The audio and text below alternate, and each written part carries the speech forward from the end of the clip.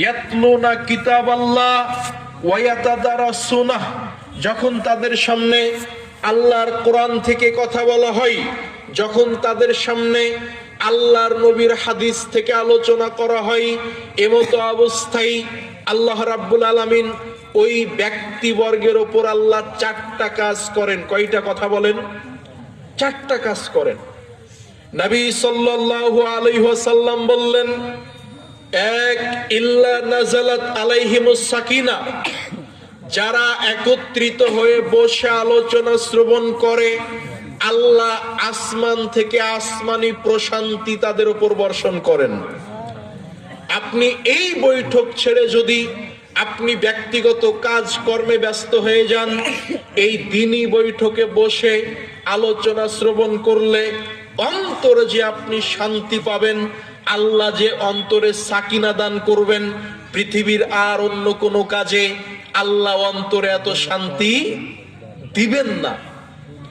নবী সাল্লাল্লাহু আলাইহি ওয়াসাল্লাম বললেন, 2, আল্লাহর নবী বললেন, ইল্লা গাশিয়াতুহুমুর রাহমা, আল্লাহ রাব্বুল আলামিন আসমান থেকে তাদের ওপর রহমত, দয়া, করুণা বর্ষণ করেন।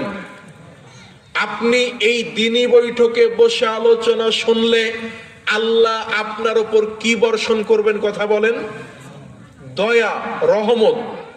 আল্লাহর জান্নাতে যেতে হলে আল্লাহর দয়ার প্রয়োজন আছে কি নাই? কথা বলেন। অবশ্যই প্রয়োজন আছে।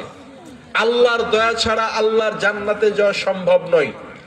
নবী সাল্লাল্লাহু আলাইহি ওয়াসাল্লাম বললেন, নাম্বার 3, আল্লাহর নবী বলছেন, ইল্লা হাফাতহুমুল মালাইকা, আল্লাহ রাব্বুল আলামিনের ফেরেশতা মণ্ডলী তাদেরকে তার রহমতের পর দিয়ে, পাখাগুলো দিয়ে আল্লাহর ফেরেশতা মণ্ডলী তাদেরকে ঘিরে রাখেন। বলি সুবহানাল্লাহ। নবী সাল্লাল্লাহু আলাইহি ওয়াসাল্লাম বলছেন, যাকারাহুমুল্লাহু ফিমান ইনদা, এবং আল্লাহ 7 আসমানের ওপরে আল্লাহ যে বিশাল আরশ রয়েছে, আল্লাহর আরশের ওপরে আল্লাহর নিকটতম ফেরেশতাদের নিকট এই দিনী বৈঠকে যারা বসে একত্রিত হয়ে আলোচনা শোনে, আল্লাহ প্রত্যেকটি আদম সন্তানের নাম আল্লাহ ফেরেশতাদের সামনে বলতে থাকে। সুবহানাল্লাহ।